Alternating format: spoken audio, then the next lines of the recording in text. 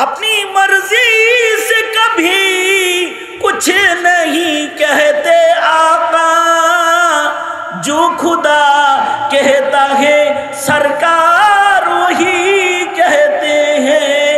अपनी मर्जी से कभी कुछ नहीं कहते आका, जो खुदा कहता है सरकार वही कहते हैं। আমার নবী তাই বলে যেটা বলে আল্লাহ, আমার নবী তা বলে যেটা বলে কে? জোরে আওয়াজ করে বলেন, আরো জোরে আওয়াজ করে বলেন। আল্লাহর রাসূল বলেন, তোমরা যদি তোমাদের চরিত্র ঠিক করতে পারো তাইলে তোমাদের জন্য আমি জান্নাতের কনফার্মেশন দেব। আল্লাহর রাসূল বলেন, আনা যাঈমুন বিবাইতিন ফি ওয়াসাতিল জান্নাহ লিমান হাসানা খুলুকাহু। কত দামি কথা আল্লাহর নবী বলেন।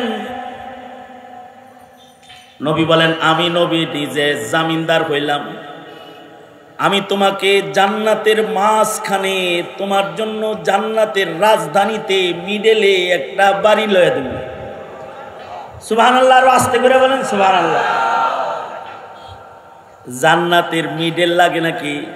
জান্নাতের আশপাশে ভিতরে কোনো চিপায় চাপায় যদি কেউ 1 বিঘা জায়গা পাওয়া যায়, অথবা একটা লাঠি রাখার জায়গাও যদি কেউ পাওয়া যায়, তাহলে এই জায়গাটার দাম দুনিয়া এবং এর ভেতরে যা আছে এ সব দিয়েও জান্নাতের 1 বিঘা জায়গা কিনা সম্ভব না। আল্লাহু আকবার। জান্নাতের ভিতরের কোন সিপাই চাপায় 1 বিঘা জায়গার এত দাম, তাহলে জান্নাতের মাঝখানে রাজধানীর জায়গাটা কিরকম দাম? আর আল্লাহর রাসূল বলেন, আনা যাঈম, আনা যাঈমুন বিবাইতিন ফি ওয়াসাতিল জান্নাহ। নবী বলে, আমি জামিনদার, আমি তোমাকে জান্নাতের মাঝখানে রাজধানীর ভিতরে জান্নাতের মিডলে তোমারে ঘর লয়ে দেব আল্লাহর কাছ থেকে। একটা বাচ্চা জন্ম নেওয়ার সাথে সাথেই তার বাহ্যিক কালার, বাহ্যিক গঠন সুন্দর করার মেহনত শুরু হয়। দাদি আর নানি সরিষার তেল দিয়া হাত পা এমন টানাটানি শুরু করে, আর নাক রে এরকম জাতাজাতি শুরু করে, এটারে চুকা বানাইবার জন্য বাচ্চারে কান্দে হালায় দেয়। এই ছোট্ট বাচ্চা কান্দে জাতাজাতি ঠেলায়। মেহনত হইল তার মাথাটা যেন গোল হয়, বিড়া বানায়া ওই জায়গায় মাথাটা রাখে, সরিষার তেল দিয়া নাক টানে, এটা যেন চুক্কা হয়, এটা যেন বোসা না হয়, হাতগুলা টানে যেমন লম্বা লম্বা হয়, আবার গোসল টোসল করায় মাথা ধইরা এমনি এমনি জাকি মারে, আর বাচ্চা কান্না করে ওর গাঁটটা যেন লম্বা হয়। এটা জন্মের পর থেকেই তাকে সুন্দর বানাইবার মেহনত শুরু হয়ে যায়। বাচ্চাটা যদি কালো হয়, তার মা সুন্দর করে তাকে স্নো পাউডার আলতা দিয়া সুন্দর করে সাজায় দেয়, কাজল দিয়া কপালে চা দেখে সুন্দর একটা গোলাপ ফুল বানায় মানুষের কোলে তুলে দেয়। ছোটবেলা থেকেই মানুষই বাহ্যিকভাবে সুন্দর করার মেহনতে সবাই লাইগা যায়। এই বাচ্চাটার বয়স যখন, ঘুমাইছেন? কারা কারা ঘুমাইছেন হাত তোলেন তো দেখি। যারা ঘুমান নাই তারা দুনো হাত তোলেন, সোজা করেন, সোজা করেন, আঙুল খুলে দেন। আপনারা যাই এখানে কিছু মানুষ আছেন, আশপাশের লোককে একটু জানান দেন, জোরে আওয়াজ করে বলেন সুবহানাল্লাহ। আরো আওয়াজ জমা আছে? বোবা কেউ আছেন? কথা কইতে পারেন না এমন কেউ নাই তো? থাকলে আছেন, কিন্তু যারা কথা কইতে পারেন তারা আওয়াজ করেন, জোরে আওয়াজ করে বলেন সুবহানাল্লাহ, আলহামদুলিল্লাহ, লা ইলাহা ইল্লাল্লাহ, আল্লাহু আকবার, আল্লাহু আকবার। জোরে বলা সুন্নাত, জোরে আওয়াজ করে বলেন আল্লাহু আকবার। শাহজালালের আওয়াজে বলেন আল্লাহু আকবার। হাত নামান। এই যেমন আমার দিকে ছিলেন আপনারা, যেমন খুব মানে সতেজ অবস্থায় আছেন। আমি কিন্তু খুব নিস্তেজ মানুষ, আপনাদের মতো সতেজ না, অসুস্থ রোগী। আমি খুব ছোট করে কিছু বলার এরাদা, আপনারা আমার দিকেই থাকেন। খুব তাড়াতাড়ি আপনাদেরকে বিদায় দেওয়ার খেয়াল, যাতে আপনারা অতিষ্ঠ হয়ে না যান। তাই আপনারা আমার আলোচনা যেন আমি এটা বুঝি যে আপনাদের বুঝাইতে পারছি, কিছু জিগাইলে নড়াচড়া দিয়ে যেন বুঝি যে বুঝছেন। তা আমি যে কথা বললাম সেটা হলো, একটা মানুষ জন্মের সাথে সাথে তার বাহ্যিকটা ঠিক বানাইবার, সুন্দর বানাইবার একটা মেহনত, একেবারে সটিগর বুঝেন? সটিগর কারে কয়? 7 দিনের আগের টাইমটা আর কি, এই টাইম থেকেই তাকে সুন্দর বানানোর একটা মেহনত শুরু হয়ে যায়। এই বাচ্চাটা যখন আর একটু বড় হয় তখন নিজেই সুন্দর হয়। তখন এই বাচ্চাটার আবদার শুরু হয়, আব্বু মেকআপ বক্স কিনাই, আব্বা কিছু লিপস্টিক লাগবে, কাজল লাগবে, সুন্দর সুন্দর জিনিস আবদার করে বসে। এটা আপনাদের বাড়ির গল্প আমি কইতেছি না, আমার বাড়িতে মায়া নাই, আমার অনেকগুলো মেয়ে, আমার নাতিনও আছে অনেকগুলা।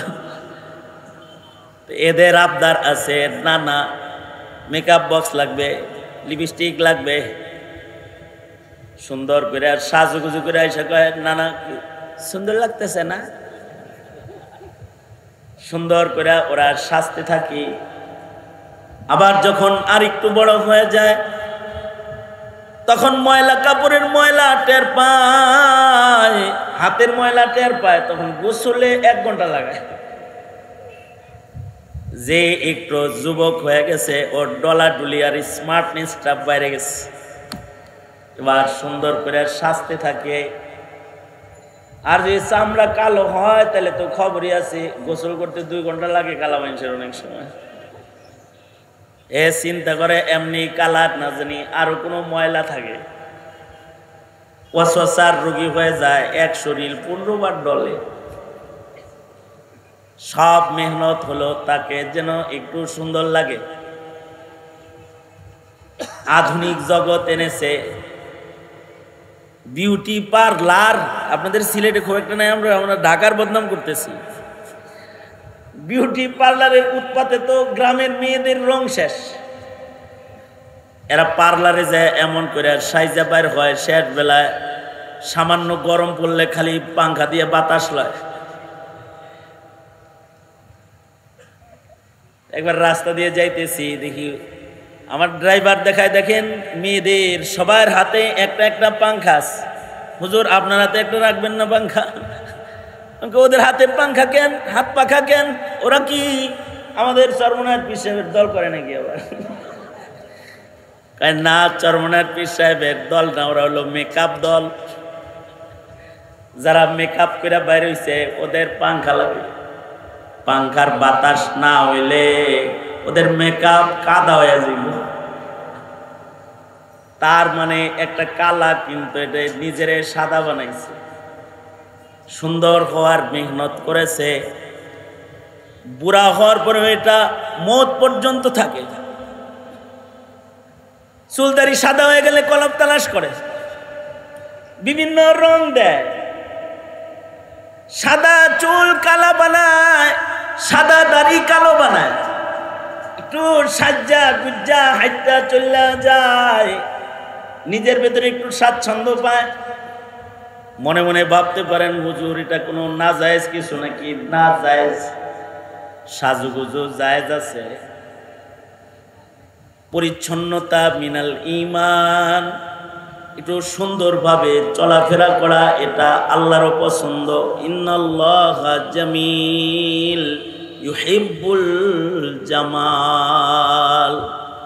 সৌন্দর্য তো ভালো জিনিস, কিন্তু এই বাহ্যিক এই সৌন্দর্যটা আল্লাহ দেখে না, এটা দেখে মানুষের চোখ। আল্লাহ আসলে বান্দার আলাদা আরেকটা সৌন্দর্য দেখে, যেটা আত্মিক, চারিত্রিক, আমলি সৌন্দর্য, যেটা এইটা আল্লাহ দেখে। ওইটা যদি কারোর ভালো হয় তার দেখতে গঠন যদি কালা বেলালের মতো হাবশি মার্কাও হয়, ও জান্নাতের সর্দার হয়ে আল্লাহর বন্ধু হয়ে যায়। আল্লাহর রাসূল বলেন, ক্বালা রাসূলুল্লাহি সাল্লাল্লাহু আলাইহি ওয়াসাল্লাম, ক্বালা রাসূলুল্লাহি সাল্লাল্লাহু আলাইহি ওয়াসাল্লাম, ইন্নাল্লাহা লা ইয়ানজুরু ইলা সুওয়ারিকুম ওয়ালাকিন ইয়ানজুরু ইলা কুলুবিকুম ওয়া আ'মালিকুম। আল্লাহর রাসূল বলেন, আল্লাহ তাআলা তোমাদের বাহ্যিক সৌন্দর্য দেখে না, মহান রব্বুল আলামিন তাকায় দেখে তোমাদের আত্মার সৌন্দর্য, তোমাদের কলবের সৌন্দর্য আল্লাহ পাক দেখেন। তোমাদের অঙ্গের সৌন্দর্য গঠন দেখে না, তোমাদের কর্মের সৌন্দর্য দেখেন, তোমাদের ভালো কাজগুলো মহান আল্লাহ দেখেন।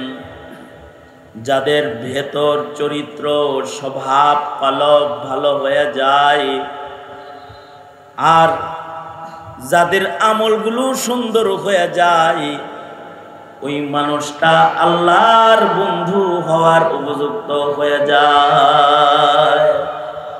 এই মানুষগুলো কি আল্লাহ তাআলা জান্নাতে নিজের বন্ধু বানায় সাথে রাখবে। এই বন্ধুত্বের পছন্দের রং শিখাইতে দুনিয়াতে যুগে যুগে নবী রাসূল আগমন করেছেন। নবী রাসূলরা বিউটি পার্লার লয়ে আহে নাই, সুন্দর সাবান আর সুন্দর শ্যাম্পু আর ভালো ভালো কিছু গ্লিসারিং নিয়ে আগমন করেন।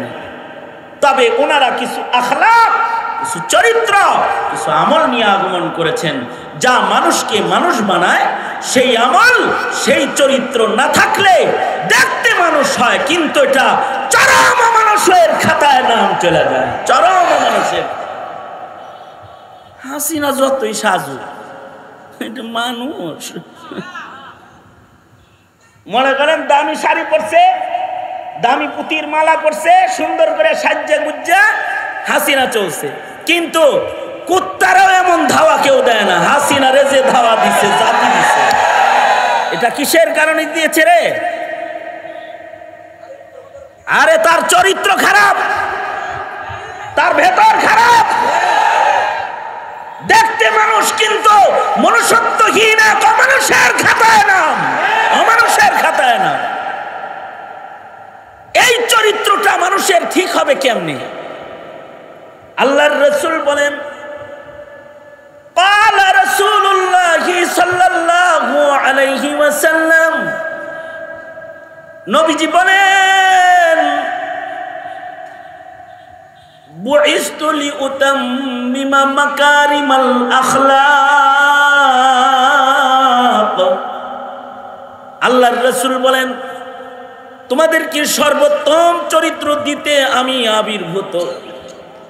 আর আল্লাহ তাআলা তার বন্ধুর শান বলেন, আমি আয়াত করেছি, ইন্নাকা লাআলা খুলুকিন আযীম। পড়েন আমার সাথে, ইন্নাকা লাআলা খুলুকিন আযীম, ইন্নাকা লাআলা খুলুকিন আযীম। নিশ্চয়ই আপনার জন্য সর্বোত্তম চরিত্র মাধুরী আমি রেখেছি, আপনার ভেতরে সর্বোত্তম চরিত্র দান করেছি, এটি আপনাকেই দিয়েছি। এই চরিত্রের নকল কপি উম্মত হবে, যেই চরিত্র রাসূলকে দেওয়া হয়েছে। নবীজির টোটাল চরিত্রের মহাসাগর বর্ণনা করা সারা দুনিয়ার সব মানুষ মিলেও সম্ভব না। নবীজিকে তো আল্লাহ তাআলা সর্বোত্তম চরিত্র দিয়েছিলেন, যার বর্ণনা সাগরের পানির চাইতেও অনেক গভীর, যার শব্দ গাঁথনি পৃথিবীর সব মানুষ দিয়ে এই শব্দ গাঁথনি বানায়ও এটার শেষ প্রান্তে যাওয়া সম্ভব না। তবে মৌলিক চরিত্রের কিছু দিক জাতির সামনে তুলে ধরা সম্ভব। যেমন আল্লাহর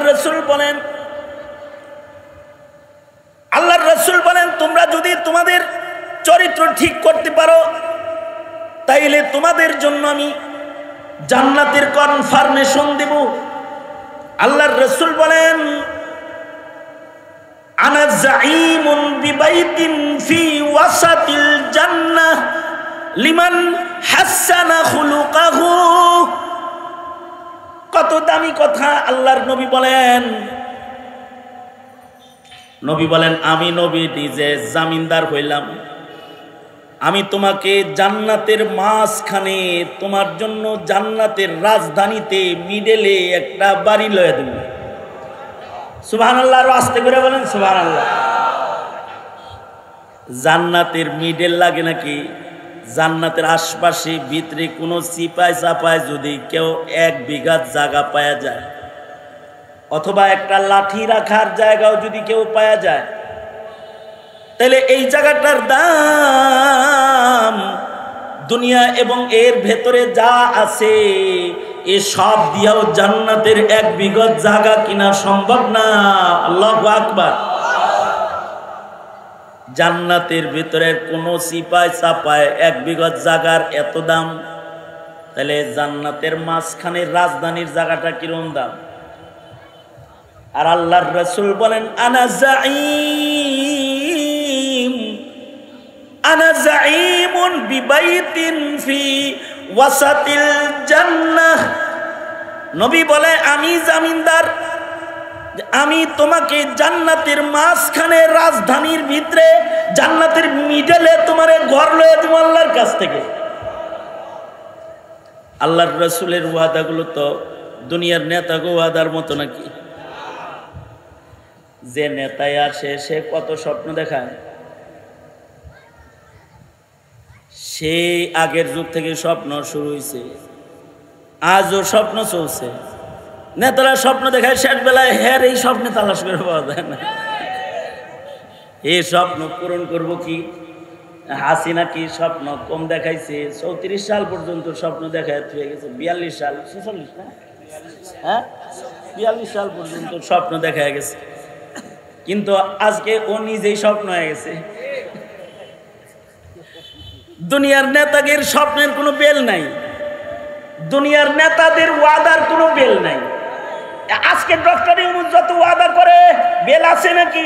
সবাই মিলে ধাওয়া দিলে একটা গেছে আমেরিকায়, ইন্ডিয়ায়, হে যাইব আমেরিকায়, জায়গা মতো যাবো পড়বো।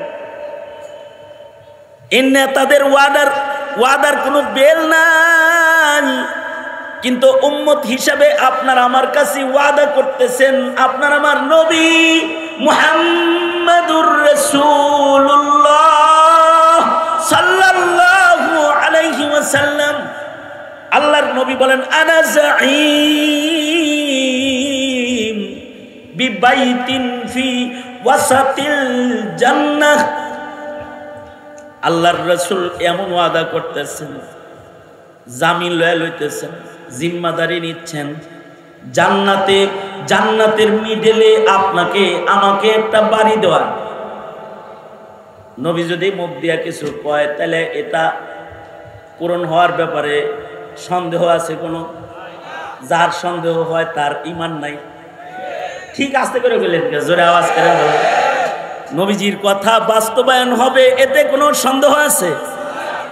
কারণ নবীজি যে কথাগুলো বলে, अपनी मर्जी से कभी कुछ नहीं कहते आका, जो खुदा कहता है सरकार वही कहते हैं।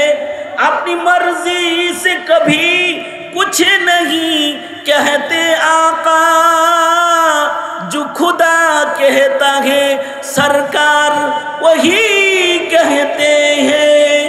আমার নবী তাই বলে যেটা বলে আল্লাহ, আমার নবী তা বলে যেটা বলে কে? জোরে আওয়াজ করে বলেন, আরো জোরে আওয়াজ করে বলেন। আমার নবীর কথা কার কথা? আসলে আমার নবীর কথা আল্লাহর কথা। কারণ নবীজি নিজের থেকে কিছুই বলে না।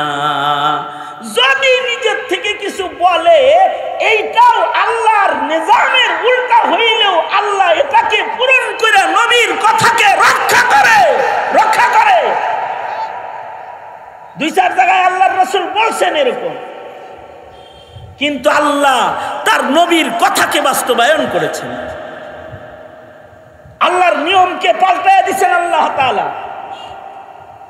আল্লাহ পাকের নিজামকে পরিবর্তন করে রাসূলের জবানকে ঠিক রেখেছে কে? আল্লাহ নিজে। এক সাহাবী আইছে, ছেলে বালেগ হয়ে গেছে, বালক ছেলে, হেডে লয়ে এটারে পালছি, আমার আব্বা কয়, আমার বউরে মা কয়, কিন্তু পালতে আনছিলাম, বালেগ হয়ে গেছে, ও মার কাছে বয়ে থাকে, আমার তো শরীর খালি কিটমিট করে, কারণ আমি এই শরীয়তের খেলাফ কেমনে পর্দা এসে গেছে না এখন। আল্লাহর রাসূল সাহাবীকে বললেন, ঠিক আছে যাও, আল্লাহরে কয়ে দিব না, বিবির স্তন থেকে কিছু দুধ কাপে কইরা আইন না ওরে খাওয়াইয়া দাও। এমনিতে মুদ্দাতে রেজাত হলো হাউলাইন কামিলাইন, দুধ খাইতে হইব 20 বছরের ভিতরে। কি কথা কর না, হাউলাইন কামিলাইন 2 বছরের ভিতরে এই কামটা সারতে হইব। আর বালেগ হইয়া দুধ খায় বেটা, কিন্তু এটা ভিন্ন। দুধ খাওয়ার মুদ্দত হলো হাউলাইনে কামিলাইন, 1 চষণ 2 চষণ খাইলো, মুদ্দতে রেজাত সাবে, নিজের ছেলে হিসেবে গণিত হবে, মহিলা হয়ে যাবে মা, বাচ্চা হয়ে যাবে ছেলে, মায়ের দুগ্ধ সন্তানে পরিণত হবে। সাহাবী এমন একটা লয়ে আইছে, এটা 16 বছর বয়স, 15 বছর, বালেগ হয়ে গেছে পুরা, নামাজ পড়া হয়েছে। আল্লাহর রাসূল বললেন, যাও সাহাবী, নিজের বিবির স্তন থেকে একটু দুধ দহন করে কাপে করে আইনা ওরে খাওয়াইয়া দাও। ছোট্ট বাচ্চার দেহে মায়ের দুধ যেভাবে কাজ করে, আল্লাহরে কইয়া দিমুনি, হয়ে যাইব, অসুবিধা নাই, ছেলে হয়ে যাইব, দুধ সন্তান বানায়া দিলাম, যাও। নবীজি দস্তখত করে দিছে, অনুমোদন দিয়ে দিছে। আল্লাহর তো নিজাম হলো হাউলাইন কামিলাইন, কিন্তু একজনের জন্য নিজাম আল্লাহ পাল্টালেন। আল্লাহ পাক আসমান থেকে অনুমোদনটা পাশ করে দিলেন, ঠিক আছে এইটা কবুল করে নিলাম, আল্লাহু আকবার জোরে বলেন। এরা নবীর মুখের কথা। এ কারণে নবীজি কোনো কিছু হ্যাঁ বললে হালাল হয়ে যায়, না বললে হারাম হয়ে যায়। নবীর মুখ দিয়ে কিছু বাইর হয় ওয়াদা, এটা তোমার রাজনীতির দলের, তোমার ওই মিথ্যাবাদী নেতার ওয়াদা, এইটা ওই ওয়াদা না, এটা সাদিকুল মাসদুক, পয়গম্বরের মুখের উচ্চারিত কথা।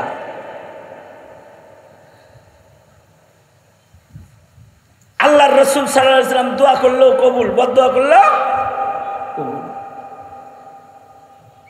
নবীজির মুখের কথা বাস্তবায়নকারী যে আল্লাহ, এটা খালি ঈমানদাররা জানে না, এটা কাফেররাও জানতো। এ কারণে কোন কাফেরকেও যদি রাসূল কিছু বলছেন, কাফের ডরায় গেছে। নবীজি কাফেরকে বলছে, তোরে বাঘে খাইবো, তো ভয় পেয়ে গেছে, হ্যাঁ কাম হয়েছে, বাঘের খাওয়ানো হয়েছে। কাফের কিন্তু রাসূলের নবুয়ত মানে না, কিন্তু নবীজির মুখের কথার উপরে তার আস্থা আছে, সে ভীতু, আমাকে বাঘে খেয়ে ফেলবে। মুহাম্মদ মিথ্যা কথা কয় না। আল্লাহু আকবার, আরো আস্তে করে কোন আল্লাহু আকবার। বন্ধু বান্ধবরা কয় চল পিকনিকে যাই, হ্যাঁ বাঘের খাওয়ানো নেই, এখান সমস্যা আছে, জঙ্গলে গেলে বাঘে খাইবো, তখন আর রাখা পাহারা দিব, আমরা পাহারা দিব, তুই ঘুমাবি, আমরা পাহারা দিব। কিন্তু আল্লাহ যখন পাহারা উঠায় নেয়, পাহারাদারকে ঘুম পাড়াইয়া দেয়, পাহারাদাররা সব ঘুমাইছে, বাঘে খায়া গেছে। হাসিনার পাহারাদার ঘুমতো আর কি, যেদিনে পাহারাদার রাখছিল এগুলো সব ঘুমিয়ে পড়ছে। ছাত্ররা অস্ত্র লয়ে যায় নাই, খালি হাতে যায় ইট খুলে ফেলেছে গণভবনের। হাসিনা তোমারে পাইলে গায়ের চামড়া খুলে ফেলতো, তোমার চামড়া খুলে ফেলতো।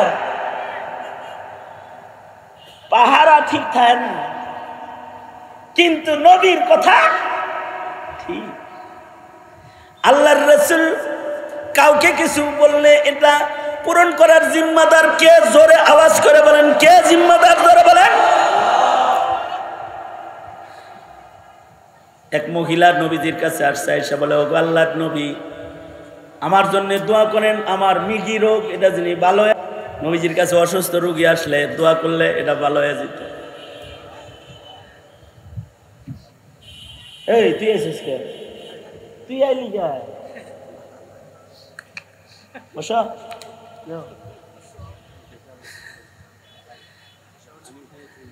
মাশাআল্লাহ, বসো বসো বসো। সাহাবী আয়েশা বলে, মহিলা সাহাবী, আল্লাহর নবী আমি অসুস্থ, নিকি রোগী, দোয়া করেন যেন ভালো হয়ে যায়। কারণ নবীজি রুগীরে দোয়া করলেও রুগীর সাথে সাথে ভালো।